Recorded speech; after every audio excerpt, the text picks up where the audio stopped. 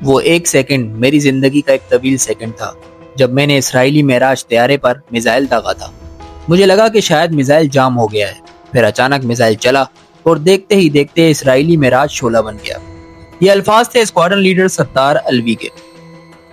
السلام علیکم دوستوں، میں ہوں شرجیل خان اور ایک نئی ویڈیو کے ساتھ آپ کی خدمت میں حاضر ہوں۔ آپ دیکھ رہے ہیں غوری ٹی وی۔ یہ بات ہے 50 سال پہلے 26 اپریل 1974 کی، جب پاک فضائیہ کے پائلٹ فلائٹ لیفٹیننٹ ستار الوی نے شامی فضائیہ کا مگ لڑاکا طیارہ اڑاتے ہوئے ایک اسرائیلی لڑاکا طیارہ شوٹ ڈاؤن کیا تھا۔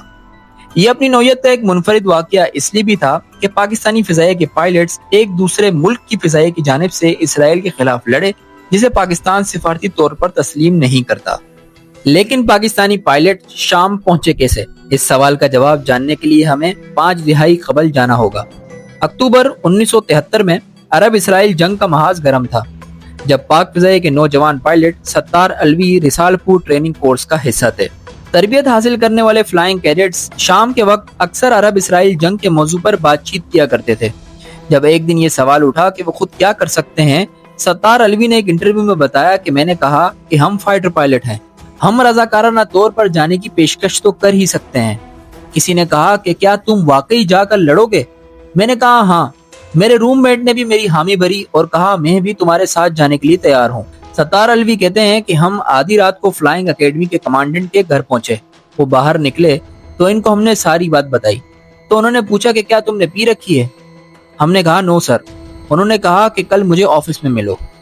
اگلے دن کمانڈنٹ کے دفتر میں رضاکارانہ طور پر شام جانے والے پاکستانی پائلٹ سے ایک بار دوبارہ سوال ہوا کہ کیا وہ واقعی جانا چاہتے ہیں۔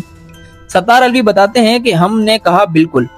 انہوں نے ہمیں 10 منٹ انتظار کرنے کو کہا اور پھر کہا کہ پشاور پہنچو اور وہاں سے طیارہ تم لوگوں کو لے جائے گا۔ بعد میں ہمیں پتا چلا کہ فضائیہ کے ایئر چیف نے ذوالفقار علی بھٹو صاحب سے بات کی، جنہوں نے شام کے صدر حافظ الاسد سے رابطہ کیا اور انہوں نے حامی بھر لی۔ ستار الوی کہتے ہیں کہ میں نے اپنا ایک شلوار قمیض اور فلائنگ گیئر لیا اور پشاور پہنچ کر ہمیں پتا چلا کہ 6 اور لوگ بھی رضاکارانہ طور پر جانے کو تیار ہیں۔ ہمیں چیف کے فوکر طیارے پر سوار کر دیا گیا۔ تھوڑی دیر بعد چیف بھی آ گئے۔ ہمیں کچھ پتا نہیں تھا کہ ہم کہاں جا رہے ہیں۔ اسی دوران ایک اہم بات یہ ہوئی کہ پاکستانی پائلٹس کو ایک فارم دیا گیا اور ان سے کہا گیا کہ وہ اس پر دستخط کر دیں۔ ستار الوی کے مطابق اس خط میں لکھا تھا کہ ہم بیرون ملک پاکستان چھٹی پر جا رہے ہیں اور اگر اس دوران کوئی انہونی بات ہوئی تو حکومت پاکستان یا پاکستانی فضائیہ ہمارا ذمہ نہیں لے گی۔ یعنی اگر کوئی ایسی ویسی بات ہوتی ہے تو حکومت اور فضائیہ پہچاننے سے انکار کر دیتی کہ ہمارا اس بندے سے کوئی تعلق نہیں۔ پاکستانی پائلٹس کو پہلے کراچی اور پھر ایک C-130 طیارے پر بغداد لے جایا گیا۔ بغداد سے ستار الوی اور دیگر پائلٹس پہلے اردن اور پھر بذریعہ سڑک گاڑیوں میں دمشق پہنچے۔ پاکستانی پائلٹس کی مجموعی تعداد 8 تھی، جس میں ستار الوی بھی شامل تھے۔ ستار الوی اور دیگر پائلٹس کو بعد میں دمشق سے 30 منٹ دور دمیر ایئر بیس پر لے جایا گیا، جہاں انہیں 67A یونٹ کا نام دیا گیا۔ پاکستانی پائلٹس کے لیے سب سے بڑا مسئلہ زبان کا تھا۔ ستار الوی کہتے ہیں کہ شامی فضائیہ کے روسی ساختہ MiG-21 طیاروں میں روسی زبان درج تھی، جبکہ رڈار اور ایئر ٹریفک کنٹرول عربی میں بات کرتے تھے۔ ہم نے اس مسئلے کا حل یہ نکالا کہ جو ضروری باتیں طیارہ اڑانے کے لیے ضروری تھی وہ ہم نے لکھ لی اور ان کو ایک کاغذ پر اپنے فلائنگ سوٹ میں ڈال دیا جو ہم ہمیشہ پہنے رکھتے تھے۔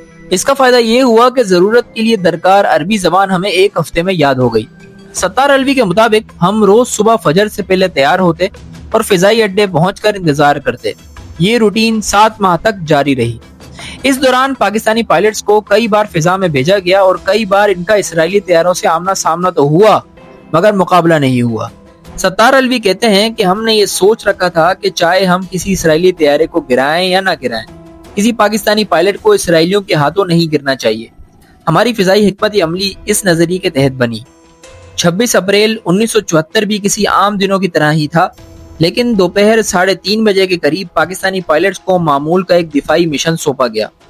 ستار الوی کے مطابق جب ہم اپنی معمول کی فلائنگ سوٹی مکمل کر کے لوٹ رہے تھے تب گولان کی پہاڑیوں پر سطح کے قریب مجھے ہوا میں ایک چمکتی ہوئی چیز دکھائی دی۔ جب میں نے غوطہ لگایا تو پایا کہ یہ ایک اسرائیلی معراج طیارہ تھا۔ میرے منہ میں تو پانی آ گیا، مگر اس وقت ستار الوی اور ان کے ساتھیوں کے طیاروں میں فیول نہ ہونے کے برابر تھا۔ 8 پاکستانی ہواباز جن کا کال سائن شہباز 8 تھا ایک فارمیشن میں اڑ رہے تھے، جس میں ستار الوی سب سے آخر میں تھے۔